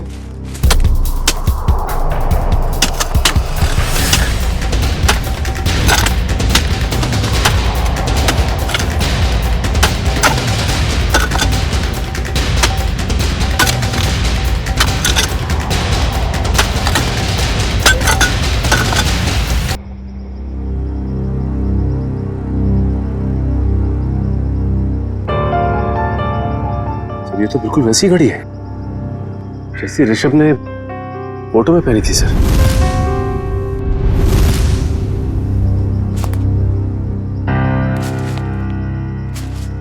ऋषभ की घड़ी? मतलब ऋषभ को मारकर यहाँ गाड़ दिया है किसी ने, और लोग समझ रहे थे कि ऋषभ गायब हो गया। सर फिर तो हमें माया से पूछताछ करनी होगी सर। हाँ सचिन, माया से तो पूछताछ करेंगे ही करेंगे, लेकिन इतनी जल्दी नहीं। पहले इन 5 मैजिशियंस को घेर लेते हैं। सर वो मैजिशियन गैंग के 2 नंबर्स जो बंद हो गए थे सर, वो क्या? सर उनमें से एक नंबर ऑन हो गया सर, और हम सोच भी नहीं सकते सर कहां और किससे बात करने के लिए।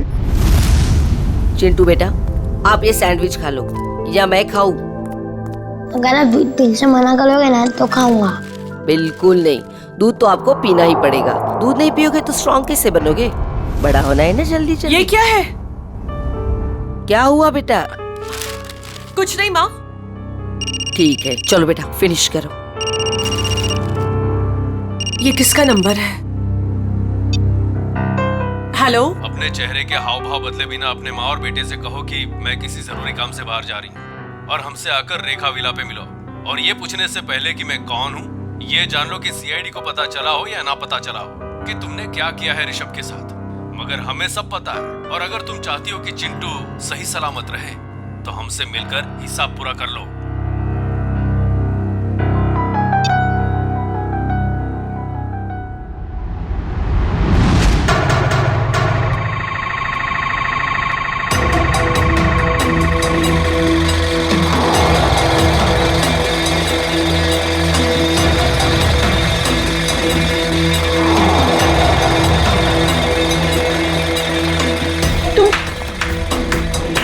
जादूगर लोग यहाँ क्या कर रहे हो? आइए माया जी, आइए। एक बार फिर से हमारे शो में आपका स्वागत है।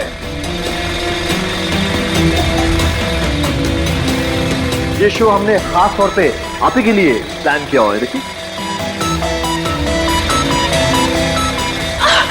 छोड़ो मुझे। चुपचाप खड़ी रहो और अब देखना कि हम तुम्हारा क्या हाल करते हैं। छोड़ो। छोड़ो, क्या कर रहे तुम लोग? छोड़ दो मुझे प्लीज, छोड़ दो मुझे प्लीज। क्यों चिल्ला रही हो? हाँ, सालों पहले ऋषभ बेटी चिल्ला रहा होगा, नहीं तुम और प्रीतम ने उसकी एक नहीं सुनी होगी। मार डाला उसको। नहीं, मैंने ऐसा कुछ नहीं किया। हमें तुम्हारी कोई बात नहीं सुननी। तुमने भी ऋषभ के साथ ऐसा ही किया था और हम भी तुम्हारे साथ ऐसा ही करेंगे। और इस खास दिन के लिए तो हमने अपना एक दोस्त भी गवा दिया। उसके साथ जो हुआ था वो प्रैक्टिस के दौरान हमसे भूल हो गई थी। लेकिन ये गलती तुम्हारे साथ नहीं करेंगे हम। डालो इसे बॉक्स में। नहीं छोड़ दो मुझे, प्लीज छोड़ दो, छोड़ दो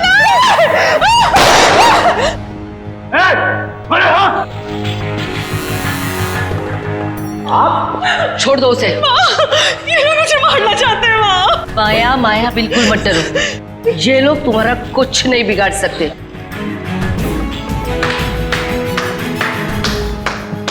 क्या बात है, बहुत अच्छा तमाशा था, पर इसे क्लाइमैक्स तक हम ले जाएंगे। सीआईडी? बिल्कुल, बहुत जादू वादू खेल लिया, अब जो जहां है वहीं खड़े रहे। सर, इन लोगों ने मेरी जान लेने की कोशिश की, मैंने इसे बचा लिया। क्या मस्त बचाया आपने राजेश्वरी जी। क्या मतलब है आपका? यही कि इन पांचों मैजिशियंस के फोन बंद थे और जैसे ही इनमें से किसी एक का मोबाइल एक्टिवेट हुआ, पहला फोन आया तो वो आपको आया। मुझे हो सकता है, मुझे कुछ भी पता नहीं। अब तो ये ड्रामा करने से बाज आई है। माया की मुंह बोली माँ और ऋषभ की सगी माँ राजेश्वरी जी, पहले तो इन पांचों को माया को मारने के लिए भेजा, अब खुद आ गई बचाने के लिए। मार दूंगा इस माया को।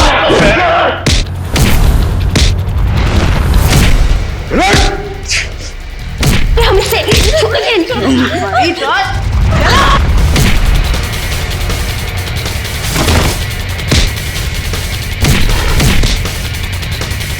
बहुत जादू दिखाया तूने, अभी ये जादू देख।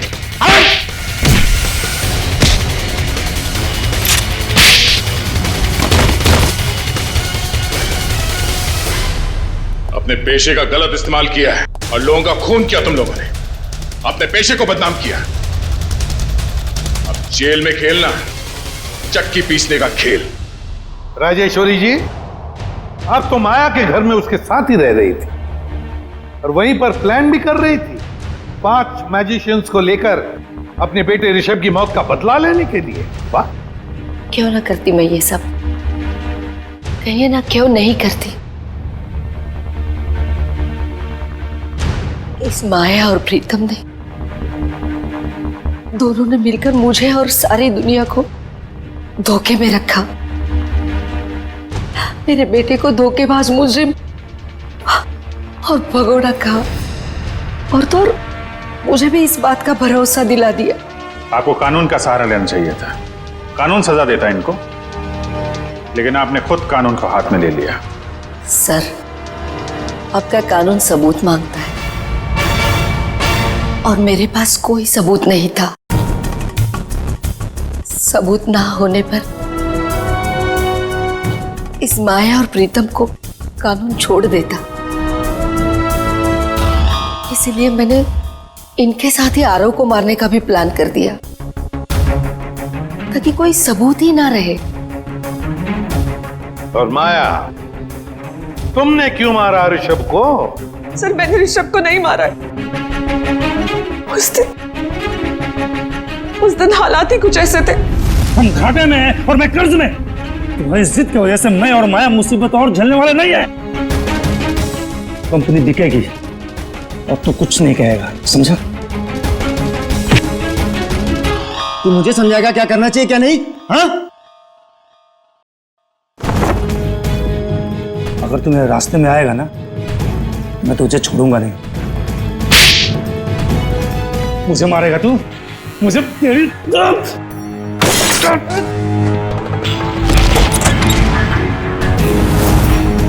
Rishabh! God! My God! God! ये क्या किया तुमने? मार दिया इसे! मैं पुलिस को सब कुछ बताऊंगी और राजेश्वरी आंटी को भी। मैं पुलिस को बता दूंगा कि तुमने ऋषभ का खून किया है। प्रीतम ने मुझे ऐसे मजबूर कर दिया कि मेरे पास और कोई रास्ता ही नहीं बचा। मैं सच कह रही हूं, मुझे इस बात का बहुत अफसोस है, इसीलिए मैं मां को मेरा मतलब राजेश्वरी आंटी को अपने साथ अपने घर ले गई। मुझे तो इस बात का कभी पता नहीं चलता कि इस माया ने और प्रीतम ने मेरे बेटे के साथ क्या किया है। लेकिन पिछले महीने जब ये प्रीतम को धमका रही थी। देखो मुझे उकसाओ मत, वरना मैं सबको बता दूंगा कि हम दोनों ने मिलकर ऋषभ को मारा है। तब मैंने सब सुन लिया। सच्चाई जानने के बाद भी आपने माया को कोई नुकसान नहीं पहुंचाया और इनके घर में ही रहती रही, क्यों? पिछले कई सालों से मैं इसके और इसके बेटे चिंटू के साथ इसके ही घर में रह रही हूँ। कई बार इसे मारने के बारे में सोचा, आज भी इसे मारना चाहती हूँ, लेकिन इसके बेटे चिंटू का ख्याल आता है। उसी की वजह से तो यूं आज तक ये बचती रही। एक बच्चे से मैं उसकी माँ को कैसे छीन सकती हूँ?